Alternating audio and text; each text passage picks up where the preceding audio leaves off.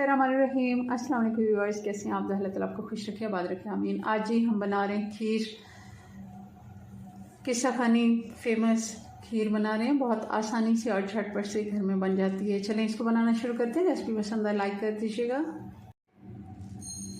जी। तो इसके लिए हमने मजलिंग कप से 1 कप चावल ले लिए। आप कोई भी चाय वाला कप भी ले सकते हैं और इनको देख लें अच्छे से, अगर इनमें कोई कंकर वगैरह हो तो वो भी हमने साफ़ कर लेना। और इनको धोने के लिए बहुत स्पेशल हमने इसको धोना है, अच्छे से मसल के हमने धोना है। कोई टूटने का ज़ाहिर है, हमने इसका पुलाव तो बनाना नहीं, मसल के धोना है ताकि अंदर से इसके स्टार्च भी काफ़ी जो पानी के साथ निकलता है वो भी निकल जाए और साफ़ बिल्कुल हो जाए। इससे बहुत ही अच्छा खीर में टेस्ट आता है और बहुत इससे फ़र्क पड़ता है टेस्ट में। अगर हम अच्छे से चावल धोते हैं तो बहुत अच्छा टेस्ट आता है। चलें जी, मैं इसको साइड पे रखती हूँ।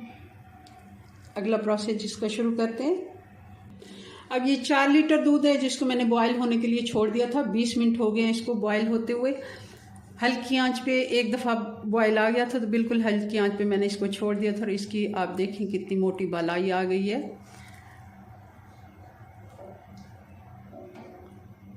और बिल्कुल स्लो हीट पे हमने अगला इसका अब काम शुरू करना है।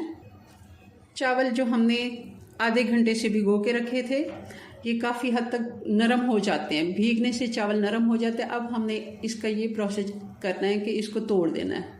ऐसे हमने हाथ से इसको तोड़ लेना है। चावल इस तरह दानेदार भी रहेंगे और बिल्कुल अगर हम मिक्सी में करेंगे तो वो बिल्कुल मैदा बन जाते हैं और उसका वो टेक्सचर खीर का नहीं आता जो दानेदार होती है।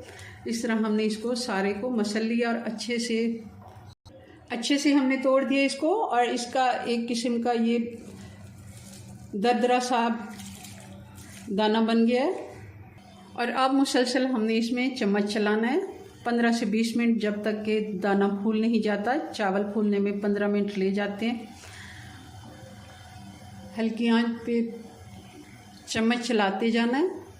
हल्की आंच पे पकते हुए खीर को 15 से 20 मिनट हो गए और इसके आप देख रहे होंगे चावल भी अच्छे से फूल गए हैं और गल भी गए हैं।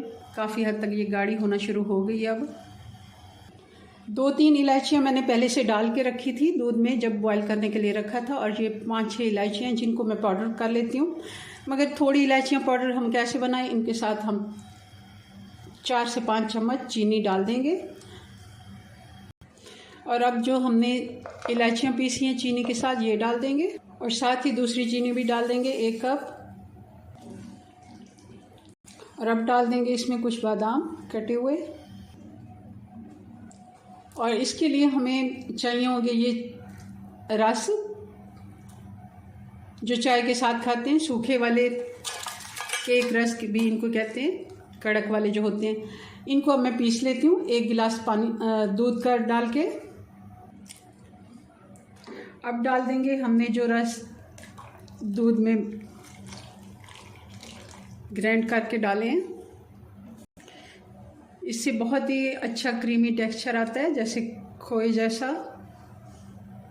रस डालने से खीर में एक क्रीमी सा टेक्सचर आ गया और खीर गाढ़ी भी हो गई है काफ़ी हद तक। अब इसको हम चूल्हा बंद कर देते हैं और ठंडा करके सर्व करके आपको दिखाते हैं इसका फाइनल लुक। खीर की फाइनल लुक अभी ये रूम टेम्परेचर पे है। फ्रिज में रख के इसको 2 से 3 घंटे कम से कम ठंडा करें और फिर इसको सर्व करें। चलें जी, अपनी दुआ में याद रखें। मिलते हैं नेक्स्ट वीडियो में नई रेसिपी के साथ। तब तक के लिए अल्लाह हाफिज़।